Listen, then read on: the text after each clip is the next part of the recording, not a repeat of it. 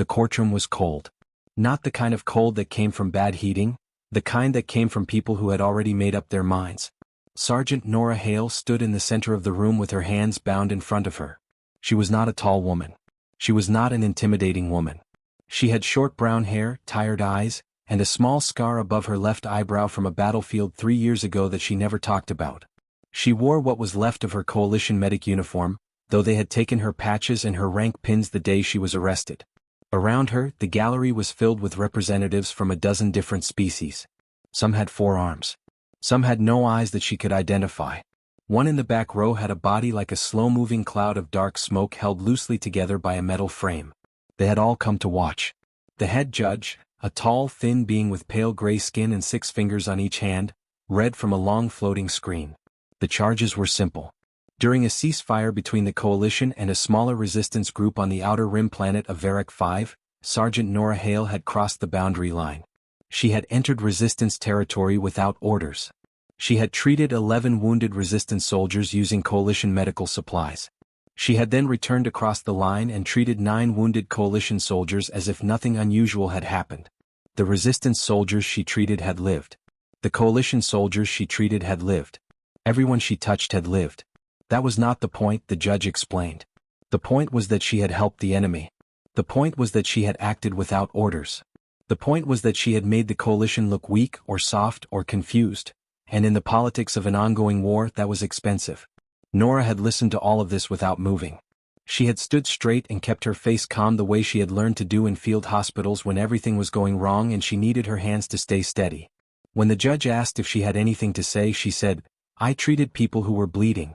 That is what I was trained to do." The judge had not looked up from the screen. The sentence came quickly after that. Not a standard prison cell. Not hard labor on a mining asteroid. Not even exile to one of the outer territories where disgraced Coalition soldiers sometimes disappeared quietly. Containment Block Omega. A low murmur moved through the gallery when those words were spoken. Even the cloud being in the back shifted slightly in its frame. Nora did not know what Containment Block Omega was. She found out in pieces over the next 2 hours as 2 stone-faced guards walked her through corridor after corridor, deeper and deeper into a structure that felt less like a prison and more like something built specifically to hold one thing. One of the guards, a broad-shouldered man named Sergeant Fun, who had the look of someone who had been told to do something he did not fully agree with, explained it to her in a flat voice as they walked. The prisoner in Block Omega was called Krothiel. He was Drakkar, a species that looked to human eyes something like the old Earth idea of a dragon, though larger and older, and considerably more dangerous than any story ever managed to describe. He had been captured 18 months ago after the Coalition moved aggressively into Drakkar territory.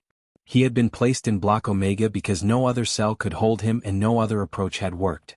12 guards had died in that cell. Not all at once. Over time. Each one sent in for a different reason: to deliver food, to run tests, to attempt communication. None of them had lasted more than 3 or 4 hours before Krothiel decided he was done with them.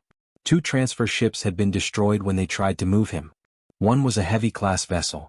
It no longer existed. The Coalition had tried pain. They had tried isolation. They had tried negotiation through speakers mounted in the ceiling, which Krothiel had torn out and crushed on the first day. Nothing worked. Nothing reached him. So now they were sending in a human combat medic with a small satchel and tired eyes, and Sergeant Fun's flat voice made it very clear, without ever saying the words directly, that they did not expect her to be alive in the morning. This was the execution. Just dressed in different paperwork. Nora listened to all of this and said nothing. The corridor ended at a door unlike any she had seen before. It was enormous, 3 times the height of a normal door, built from a dark metal she did not recognize, with a locking system that required 3 separate guards working 3 separate panels at the same time. The walls around it were thick. The ceiling above it was high. Everything about the space had been designed to contain something vast. Sergeant Finn stopped at the door and looked at her. For just a moment, something moved in his expression. Not quite guilt. Not quite apology. Something in between. "You can refuse," he said. "Technically. It would go back to the court." "And then what?" Nora asked. He did not answer that. Because they both knew the court had already decided, and going back would only make things slower and more complicated and end in the same place. Nora looked at the door. She thought about the 11 soldiers on Varric 5 whose names she still remembered.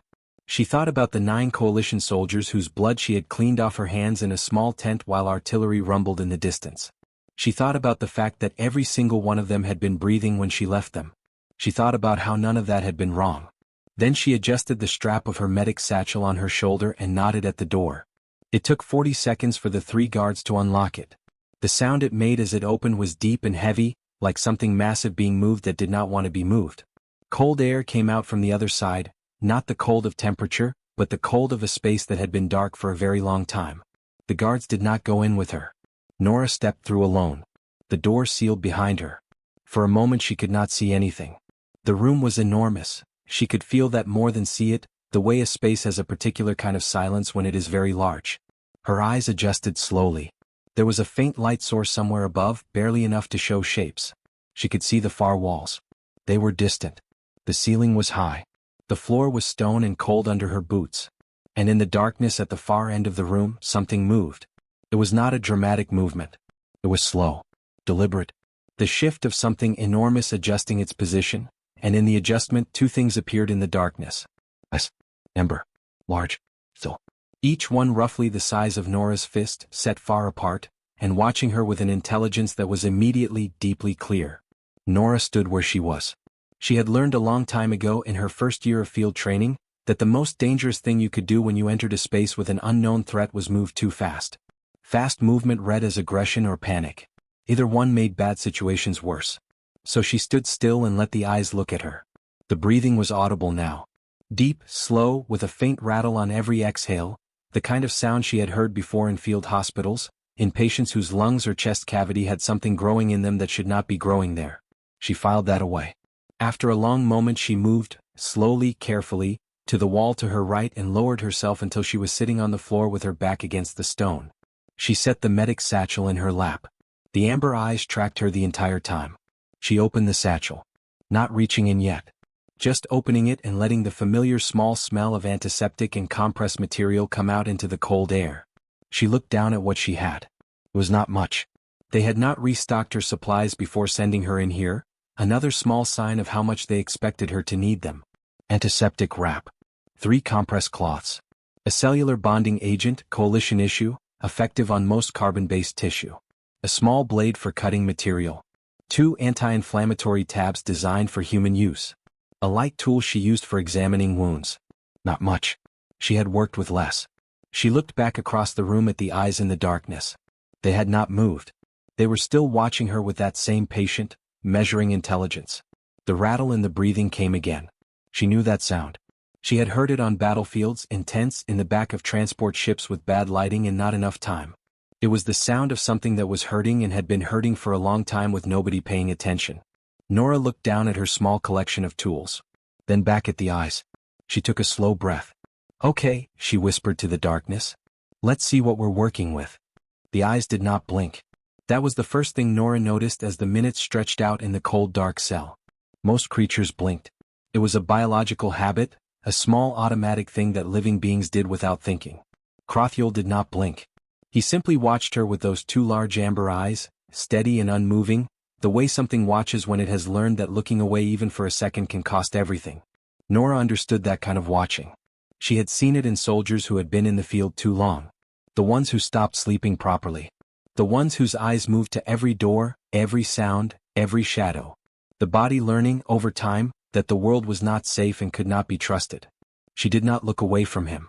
But she also did not stare in the hard challenging way that would read as a threat. She kept her gaze soft and her body still, and she simply existed in the space with him, the way she had learned to exist in rooms full of frightened and damaged people.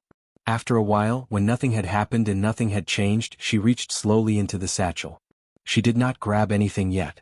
She just let her hand rest inside it, letting him see the movement and register that it was slow and deliberate and not aggressive. Then she drew out the first item and set it on the floor beside her. The antiseptic wrap. A long flat roll of pale material, unremarkable, smelling faintly of the chemicals used to keep wounds clean. She set it down. Looked up. The eyes were still watching. She reached in again.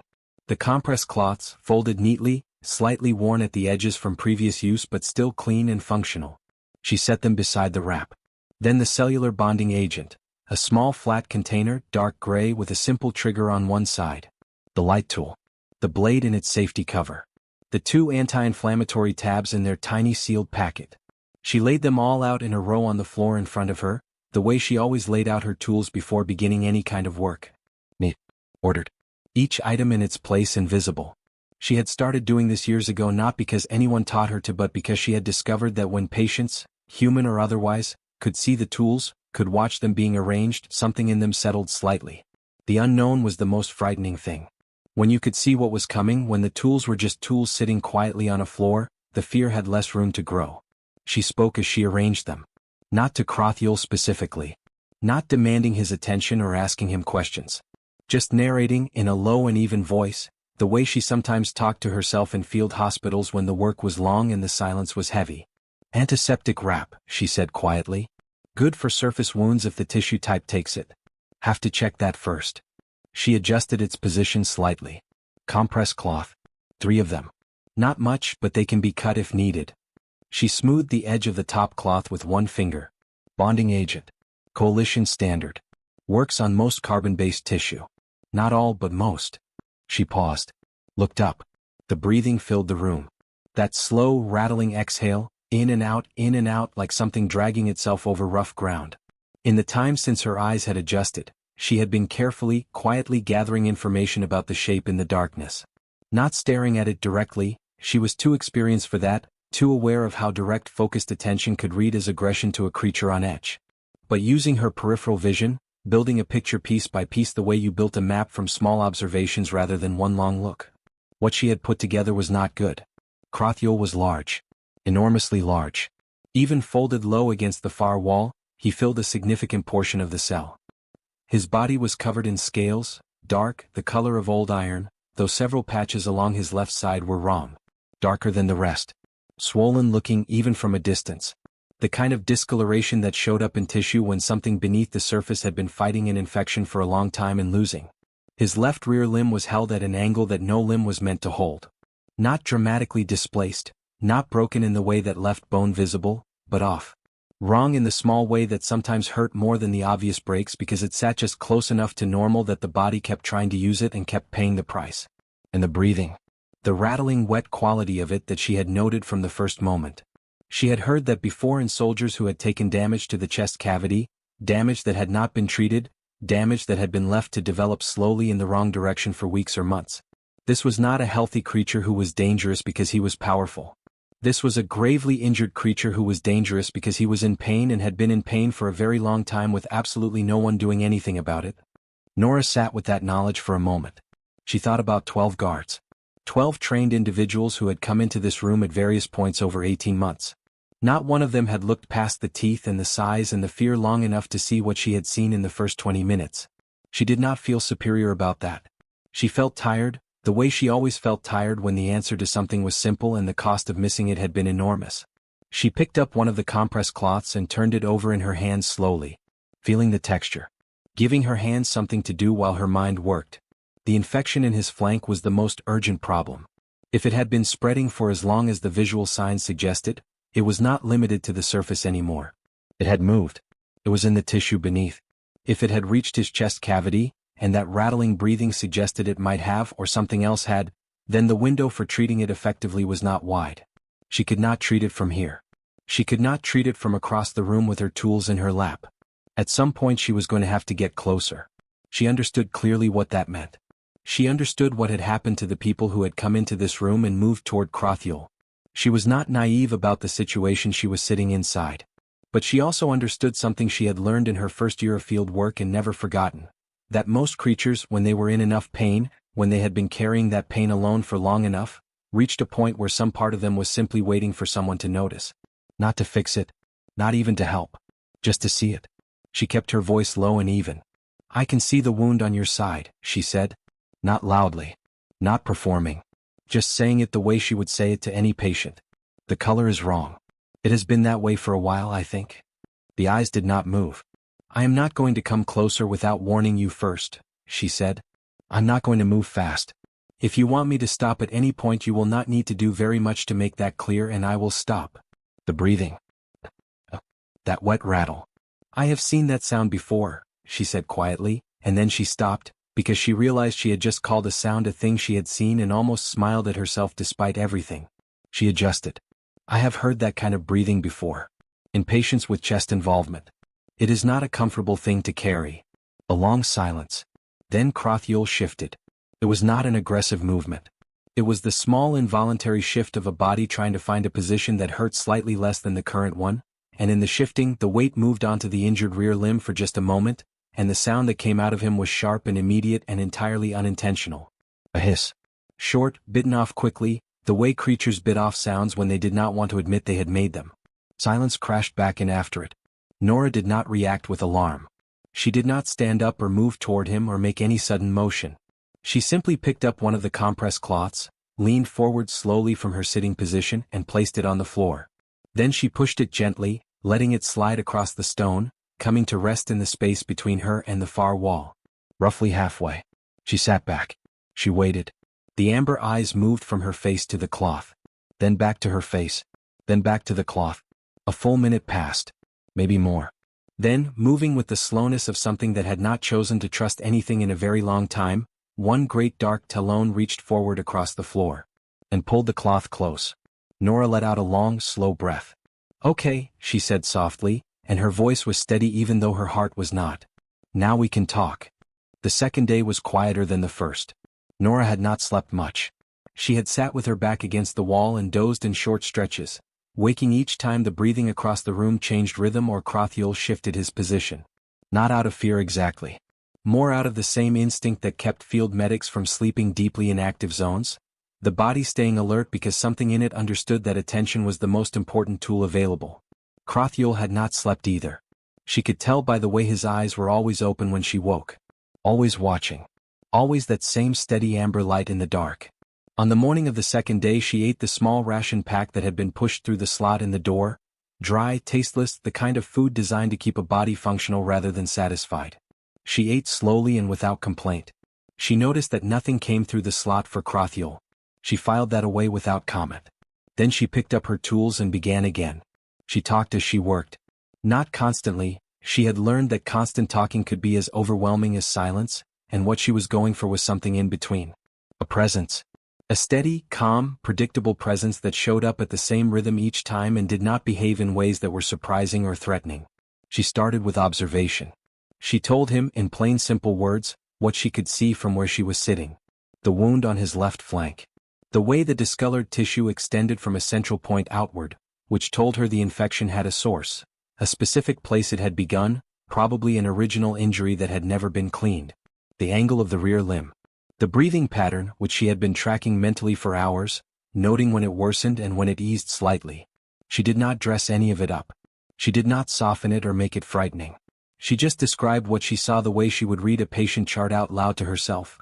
Factual, clear, without drama. Krothiel listened. She knew he was listening because his eyes tracked her face when she spoke, and once, when she described the limb angle incorrectly, a low sound came from him. Not aggressive, just a single deep note, and she stopped and looked at him and said, "That's not right?" And after a pause he shifted the limb slightly to show her, and she looked carefully and adjusted her understanding and said, "Thank you," and meant it. That was how the first real exchange happened. Not a conversation. Just a correction. Just a small moment of him providing information and her receiving it without making it into something larger than it was. She built on that slowly. By the afternoon of the second day she had moved closer. Not dramatically, not halfway across the room in one move. Just a few feet forward from the wall, sitting down again in the same cross-legged position, tools in her lap. She announced the movement before she made it, the way she had promised, and she moved slowly and then stopped and waited and let the new distance settle before she did anything else. He did not react with aggression. He watched her. The breathing changed slightly, a shallower rhythm that told her his alertness had increased, and then after a few minutes it returned to its regular pattern, and she understood that as permission to stay where she was. She treated the wound for the first time on the third day. Getting close enough had taken 2 full days of the same patient approach. Moving a little closer, stopping, waiting, letting the distance become familiar before reducing it again. By the time she was close enough to actually see the wound in detail, she had been in the cell for nearly 60 hours. What she saw was worse than she had estimated from a distance. The gash was long. It ran from roughly mid-body toward the rear, deep enough that she could see it had gone through the outer scale layer entirely into the tissue beneath. The edges were dark and swollen and wet in a way that healthy healing tissue never looked. There was a smell, not overwhelming but present, the particular smell of infection that had been developing in a warm enclosed space for weeks. She did not react to the smell. She had smelled worse on battlefields. She talked him through everything she was going to do before she did it. Every step. Every tool. She explained what the antiseptic wrap would feel like. A cold sensation first, then a mild stinging that would fade. She explained what the bonding agent did at a cellular level in simple terms, not because she thought he needed the science but because she had found over years of work that people tolerated discomfort better when they understood its purpose. Krothyul held completely still while she worked. That stillness was not nothing. She understood what it cost a creature in pain to hold still while someone touched the source of that pain. She had seen soldiers bite down on their own arms to stay quiet while she worked on them. She had seen beings twice her size go white and rigid with the effort of not flinching. Krothyul made no sound and did not move, and she recognized that for what it was, a deliberate, effortful choice, and she worked as quickly and carefully as she could to honor it. When she was done with the first treatment, she moved back to her original position against the wall. She told him he had done well. She said it plainly without making it small or patronizing, the way she said it to every patient who had just gotten through something difficult. He was quiet for a long time after that. Then, in a voice that seemed to come from somewhere deep in the floor itself, he said, "You are not afraid." Nora considered that for a moment. "I did not say that." Another silence. Then, "You do not act afraid." "Acting afraid does not help either of us," she said. He seemed to think about that. The breathing moved in and out, that rattling exhale, slightly less labored now than it had been 2 days ago. She was tracking that too, logging every small change. That was the beginning of the talking. It did not happen all at once. It came the way most things came in field work.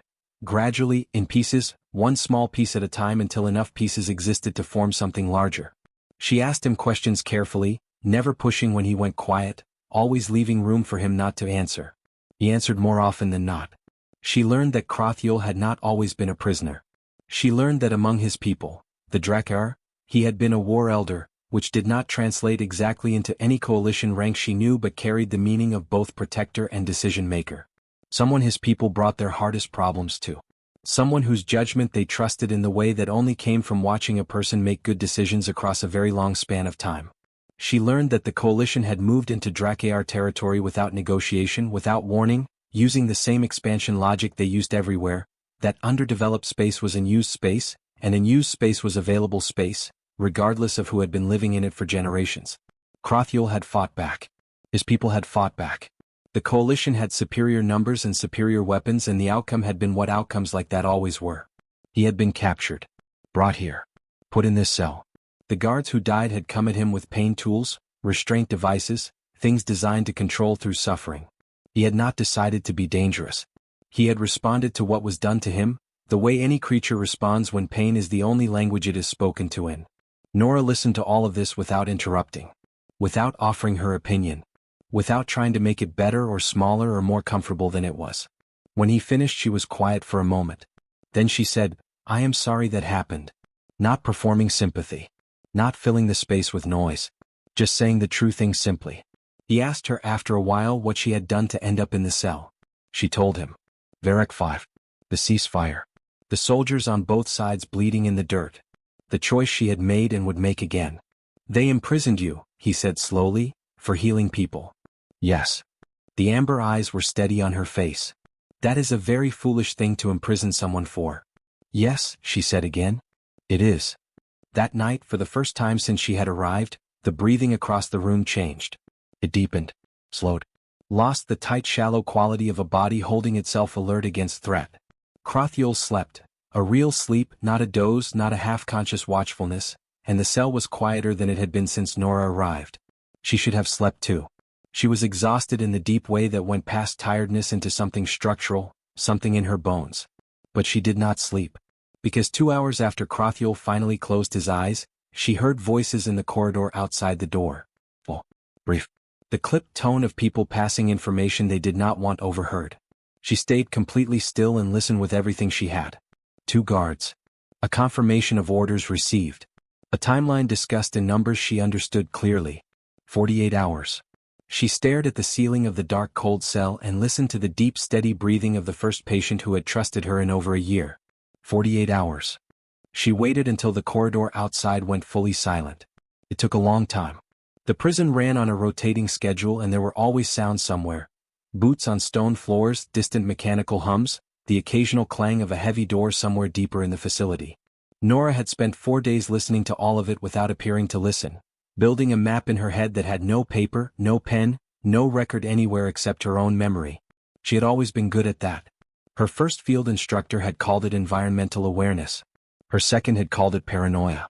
She had decided both were correct and that both were useful. When the corridor had been silent for 6 full minutes she spoke. Krathiel. The amber eyes opened immediately.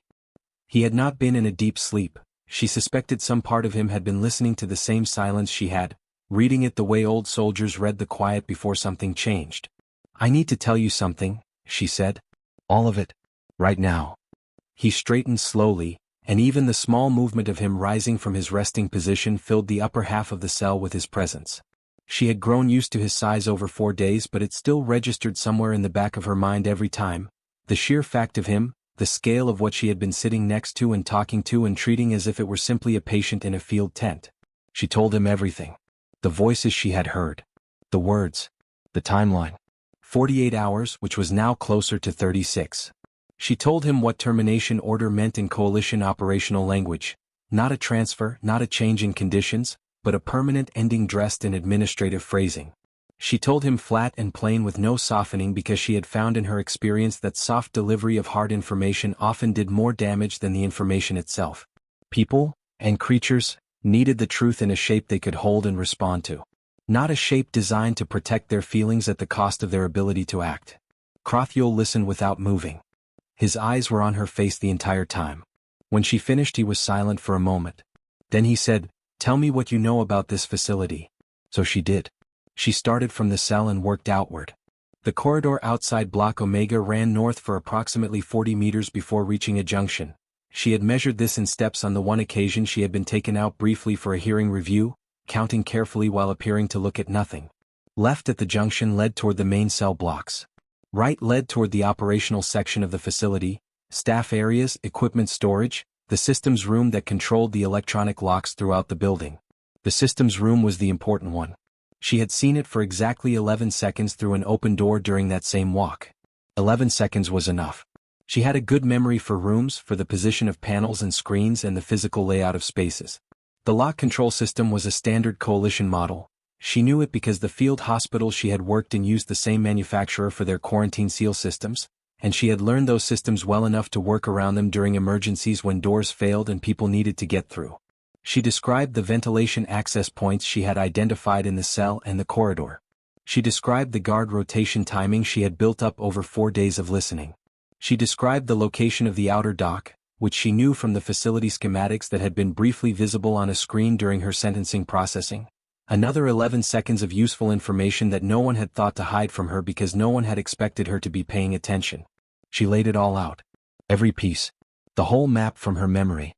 When she finished there was a pause. "You could use this to leave alone," Krathiel said. It was not an accusation. It was an observation stated flatly the way he stated most things. "Yes," Nora said. "Then why are you telling me?" She looked at him directly. "Because you would be dead by morning if I did." He was quiet for a long moment. Something moved in his expression. She was learning to read the very small movements of his face, the shifts that substituted for the larger expressions a human face would make. Whatever moved there was not simple. "That is the only reason?" he asked. She thought about it honestly, the way she tried to think about most things. "No," she said. "But it is reason enough." He held her gaze for another moment. Then he stood, fully, and the movement was different from every other time he had risen in her presence. Not cautious. Not paying careful. Deliberate and decided, the way someone stands when they have made up their mind about something. "Tell me what you need me to do," he said. They moved 40 minutes later. Nora went first into the corridor, which was the part that required the most nerve and the least physical capability. She was small and quiet and she moved along the wall with her back to it the way she had moved through contested zones on Varrock 5, reading the space ahead before committing to it. Krathiel followed and the sound of him in the corridor was unavoidable, his body taking up most of the available space, but they had timed it to the rotation gap and the first 30 meters passed without contact. The junction. Right turn. The system's room door was locked with a standard panel. Nora worked it the way she had worked failed quarantine seals in field hospitals. Not by breaking it but by telling it, in the language it understood, that conditions had been met for an authorized open. Her hands were steady. They were always steady when she was working. That was the thing about training that went deep enough. It sat below the level of fear and operated regardless of what the rest of her was doing. The door opened. She was inside for 4 minutes. She did not rush. Rushing caused mistakes, and mistakes in systems work caused locked doors at the worst possible moments. She moved through the panel methodically, block by block, releasing the electronic locks in the sequence that would give them the path she had planned, not all at once, which would trigger an alarm, but in small groups with the timing of normal access patterns. When she came back out, Krothiel was exactly where she had left him, filling the corridor, watching both directions with the patience of something that had survived a very long time by being more alert than everything around it. "Done," she said quietly. "We have a window. Not a long one." They moved. The next 20 minutes were the kind of 20 minutes that Nora would remember for the rest of her life in the specific fragmented way that high-stress events stored themselves, not as a clean sequence but as a series of sharp images with silence between them. A guard at a corridor crossing who turned and saw Krothiel and made a sound that was not quite a word before the wall behind him became very briefly involved in the situation. Nora did not ask for details and moved past quickly. A locked physical door that the electronic release had not covered, older hardware, manual bolts, and Krothiel simply removing it from its frame with a single sustained pressure that bent the metal in ways metal was not designed to bend. Nora stepping through the gap and noting distantly that she should update her mental map. A section of corridor where the lights were still active and 2 staff members saw them clearly and ran in the opposite direction, which was the best possible outcome and required nothing from either of them. Her own breathing, which she was managing deliberately, in through the nose, out through the mouth, the field rhythm she used when everything was moving fast and she needed her hands and mind to stay functional. And then the outer dock. It opened in front of them, and for just a moment Nora felt something close to relief. The dock was large and the outer doors were ahead, and beyond them was open space and the possibility of distance from everything this facility represented. Then she saw the cruiser. It was already positioned. A Coalition heavy cruiser, sitting in the space beyond the dock exit, its running lights steady and cold. It had not arrived in response to their escape. It had been sent ahead of time, part of the termination plan, there to ensure no unexpected outcomes. Every vessel in the dock was locked down. She could see it from the control lights on each one, red across the board. Nora stood at the edge of the dock and looked at the cruiser and did the calculation she always did when a situation moved outside the original plan. What existed? What was available? What the actual options were? The options were not good. Krothiel moved up beside her, his presence large and steady at her shoulder. He looked at the cruiser. He looked at the locked vessels. Then he looked down at her, and she could see in his expression that he had already done the same calculation and arrived at the same place. "I can reach their hull," he said. "I have done it before." "You are not fully healed," Nora said immediately. "No," he agreed. "But I am not alone this time." He extended one great foreleg, slowly, deliberately, not as a cage, not as a threat. As an offering. The same way she had pushed a compress cloth across a stone floor 4 days ago with no guarantee of how it would be received. "Will you trust me, medic?" he said. Nora looked at the foreleg. Then at the cruiser. Then back at him. She put her hand on his leg and held on. Admiral Holt was not a man who was easily unsettled. He had served in the Coalition fleet for 23 years. He had commanded vessels in 4 active conflict zones. He had made decisions that ended lives and decisions that saved them, and he had learned over those 23 years to hold both kinds of decision with the same steady hands, because the job required steady hands above everything else. He was standing on the bridge of his cruiser, the Ardent, looking at his sensor display, and his hands were not entirely steady. The display was showing him something that his 23 years had not prepared him for. Krothiel, the prisoner designation was burned into every officer's memory who had worked anywhere near Block Omega, the name that appeared on restricted files marked with the highest containment warnings the Coalition issued, was moving through open space. Outside the prison facility. Free of every wall and lock and system that had been built specifically to hold him. That alone would have been enough to unsettle a lesser officer. But it was the second part of what the display showed that had Holt's hands doing what they were doing. The human was with him. On him, to be precise.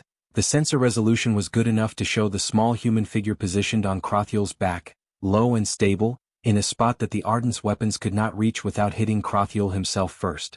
And Krothiel was moving through space on a path, a specific, deliberate, calculated path that kept him angled away from every weapons arc the Ardent had. Holt stared at this for a long moment. Either the dragon had learned the Ardent's weapons configuration and was using it tactically, or the human had communicated it to him, or both of them had worked it out together between one mind that had survived impossible things and one mind that had apparently spent 4 days in a cell memorizing everything around her. He could not decide which of those possibilities was more alarming. He spent several seconds trying to decide and then stopped because it did not actually matter and he had a situation to manage. "Hail them," he said. His communications officer looked at him with an expression that asked, without words, how exactly one hailed a dragon in open space. Holt gave her the look that answered, without words, that he did not care how, only that she did it. The comm opened. Static first. Then a voice. It was calm. That was the first thing Holt noticed.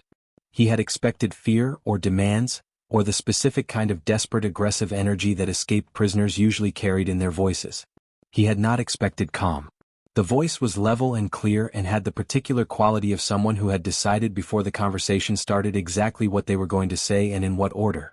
"Admiral Holt," the voice said. "My name is Sergeant Nora Hale. I want to keep this simple so we do not waste each other's time." Holt straightened slightly. "Sergeant Hale. You are in violation of—" "I know what I am in violation of," she said. Not rudely.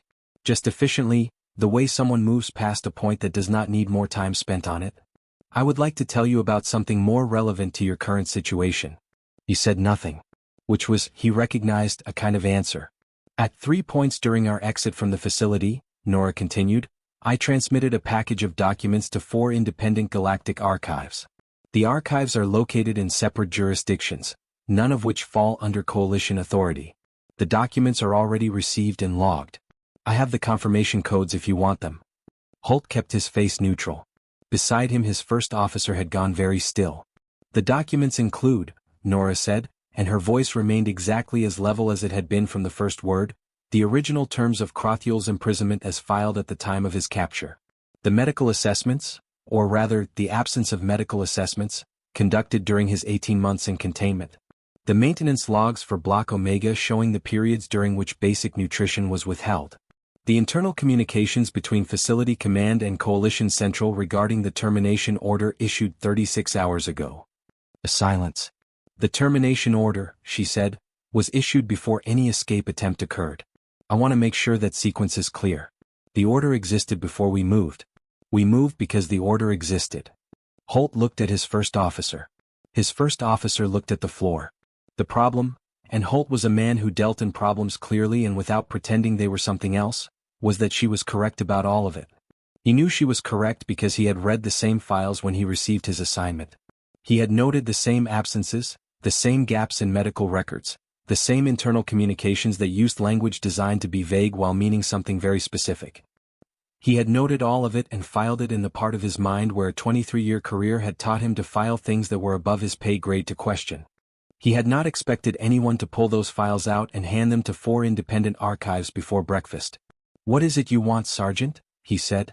"To not be destroyed," she said simply. "That is the immediate want. The larger want is to move beyond Coalition jurisdiction and not be followed. We are not going anywhere that threatens Coalition interests. We are simply going."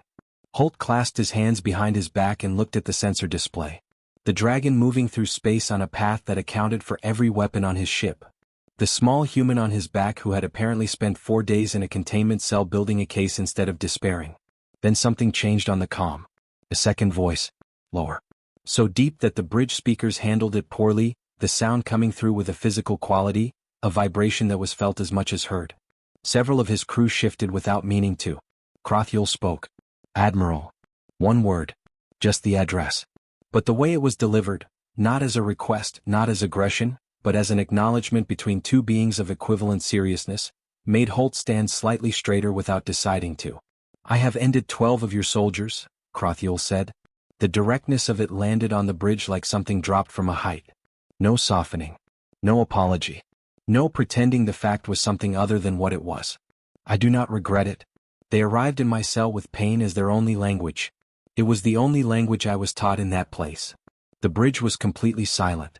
"This human arrived with something different," he continued. She arrived with a cloth and a steady voice, and she saw what 18 months of your people did not see and did not care to see. I'm telling you this not to threaten you. I am telling you because you are about to make a decision, and I want you to make it with accurate information. Another pause. There is a difference between a soldier and a healer. Your institution put one in a cell and called it punishment. What came out of that cell is your own choice to answer for. Holt stood with that for a long moment. He was a practical man. He was also, underneath the 23 years and the steady hands and the career decisions, a man who had gone into service because he believed in something, and that something had been getting harder to locate clearly for quite a long time. He did not examine that thought too closely on his own bridge. But it was present. He made the calculation. The documents were already archived. Destroying them in open space would not remove the documents, it would add to them. The political cost was a number he did not need to work out precisely to know it was too high. The operational benefit was zero. Stand down weapons, he said quietly. His weapons officer did not hesitate. The targeting systems disengaged. You have clearance to proceed, Holt said into the comm. He paused. Then he said, because he was a precise man and precision sometimes required saying the uncomfortable thing plainly, for what it is worth, Sergeant. The order was not mine. I know, Nora said. That is why I am talking to you instead of around you. The comm closed. On the sensor display, Crothiel continued moving, steady and unhurried, away from the Ardent and the facility and everything that had been done there. The small figure on his back did not move. Just held on. Holt watched until they were beyond reliable sensor range. Then he went to his office and sat down and looked at the wall for a while.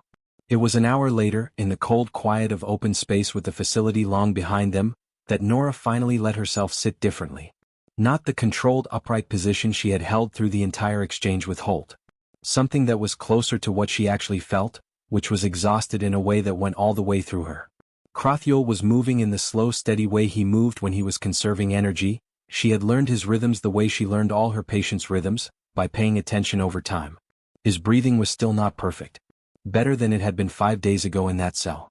Not yet what it should be.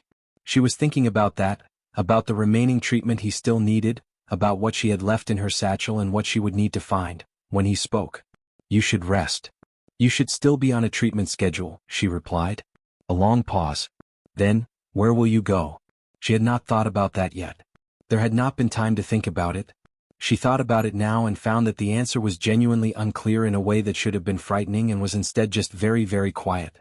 I don't know, she said. Your people have made you unwelcome, he said. It was not a question. Yes. He was quiet for a moment. Then, mine are scattered. Beyond the outer rim.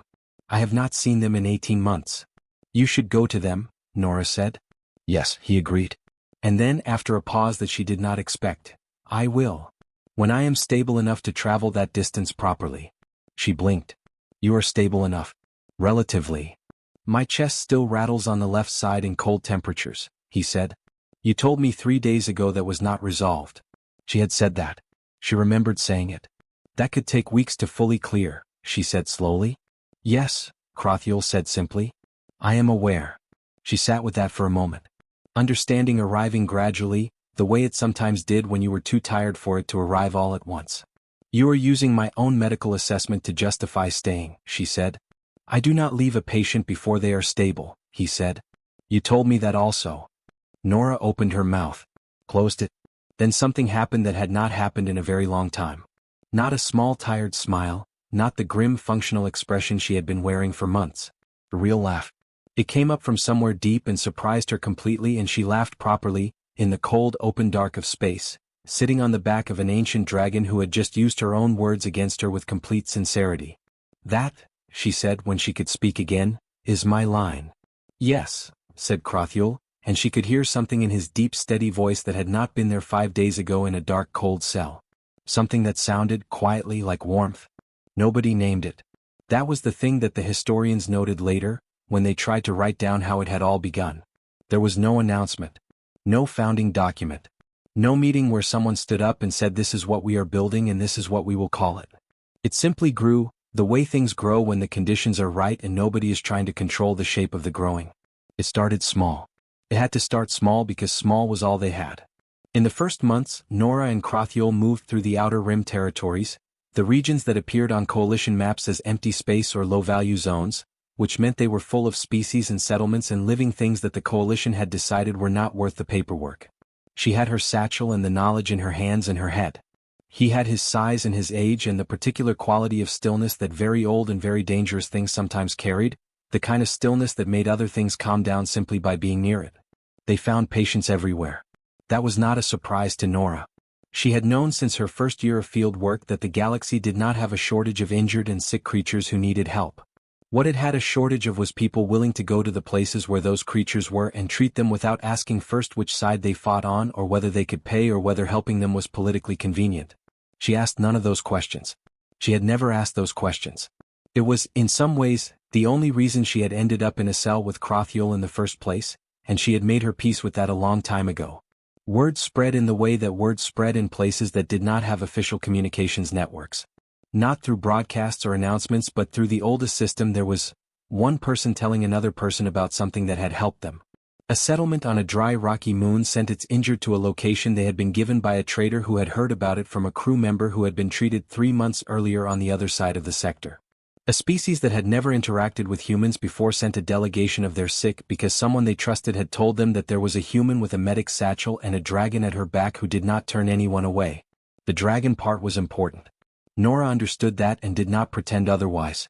There were species in the Outer Rim that feared humans. There were species that had reason to fear humans, given what the Coalition's expansion had looked like from the receiving end. A small human woman arriving alone at a settlement might not be trusted. A small human woman arriving with Crothiel, moving easily beside him, clearly operating as partners rather than as keeper and kept, communicated something that no words could have communicated as quickly. It said that whatever this was, it was not another version of what had come before. Crothiel never tried to be less than he was. He did not make himself smaller or quieter to seem less frightening. He simply was what he was, fully and without apology, and over time Nora noticed that this was more reassuring to most species than any attempt to soften his presence would have been. He was honest in the way that very old things were sometimes honest, not because they had decided to be, but because they had lived long enough that pretending seemed like more effort than it was worth. He helped in ways that went beyond his physical presence. He had knowledge she did not have. 18 months in a Coalition containment facility had given him, against all intentions, an education in Coalition systems and procedures that turned out to be useful in practical ways she had not expected. He knew how their patrol routes worked.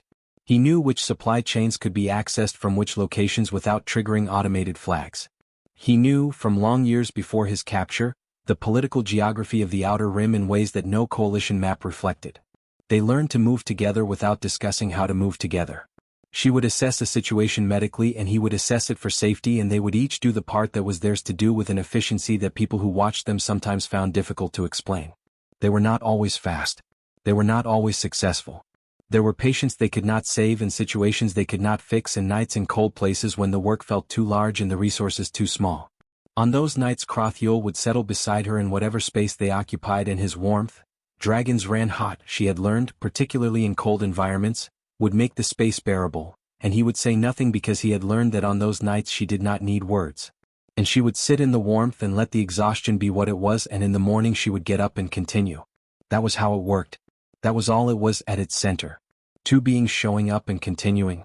The Coalition noticed within the first year. Of course they did. An unofficial medical network operating in their unmapped territories, run by an escaped prisoner and the galaxy's most dangerous dragon, was not something that stayed invisible indefinitely. The first attempt to shut it down was quiet. A small team sent to a location where Nora and Crothiel had recently been, with orders to apprehend or eliminate. The team returned without completing its mission. The official reason filed was environmental hazards.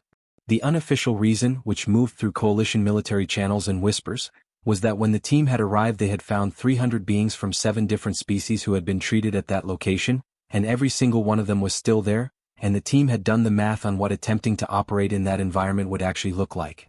The second attempt was larger and more official and was cancelled before it launched when someone in Coalition legal flagged the archived documents that Nora had transmitted from the prison facility dock.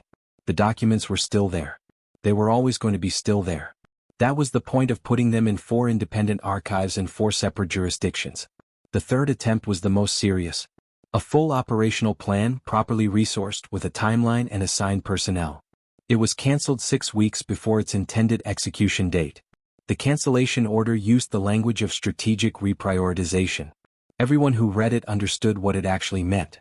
The cost of touching them had grown so complicated that no one at any level of the coalition wanted to be the person who signed the order that made it worse. They were never officially left alone. They were simply never officially touched. There was a difference and everyone understood it and no one said it out loud.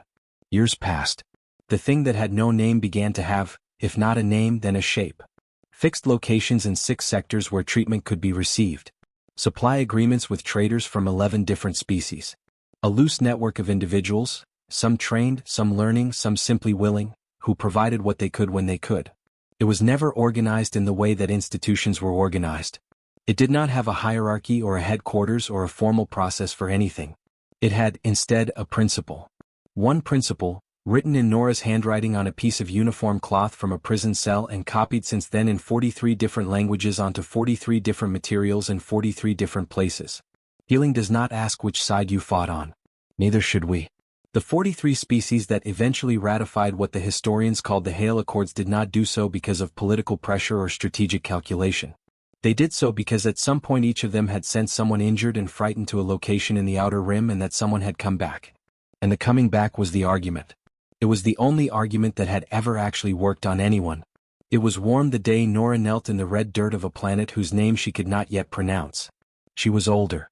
Not old, not in the way that stopped you from doing the work, but older in the way that showed up in the way she moved, a little more careful, a little more deliberate. Her brown hair had gray in it now, at the temples and spreading. The scar above her left eyebrow had faded to a thin silver line. She had been in this sector for 3 weeks.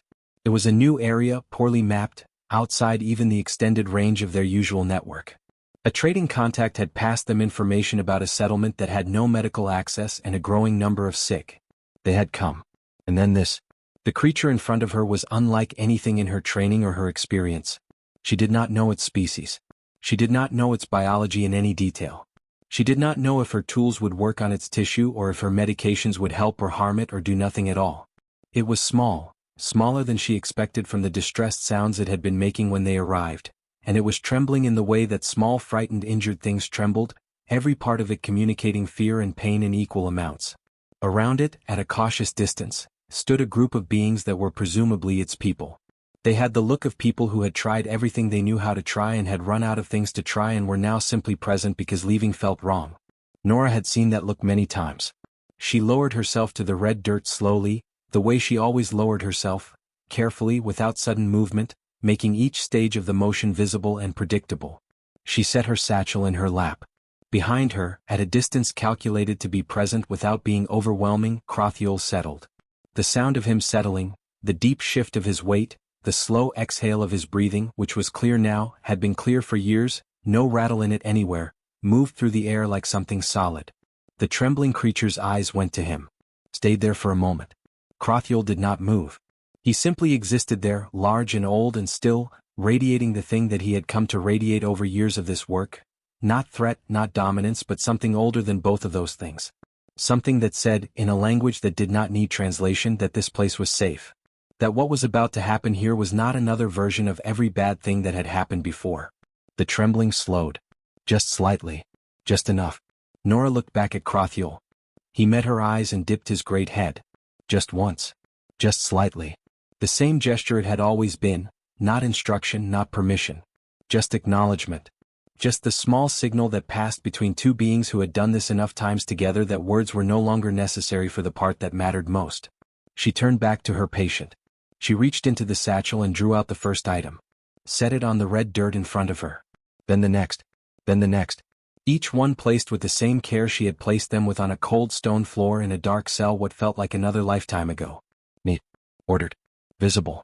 She began to speak. Low and even. Not to anyone specific. Just to the air. Just to the space. Just the quiet narration of tools and purposes that she had learned long ago, opened something in frightened creatures that nothing else quite reached. The trembling slowed further.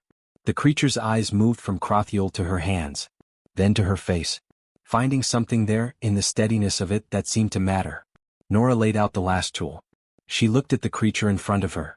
Injured, frightened, unknown, completely new. A problem she did not yet have the answer to. A patient she had not yet learned how to help. The same as it had always been. The same as it would always be. She felt something settle in her chest. The particular feeling that had kept her doing this work since before she could clearly remember deciding to do it. Not certainty. Not confidence exactly. Just the simple readiness of someone who has shown up and intends to continue showing up. She smiled. Okay, she said softly into the warm air. Let's see what we're working with.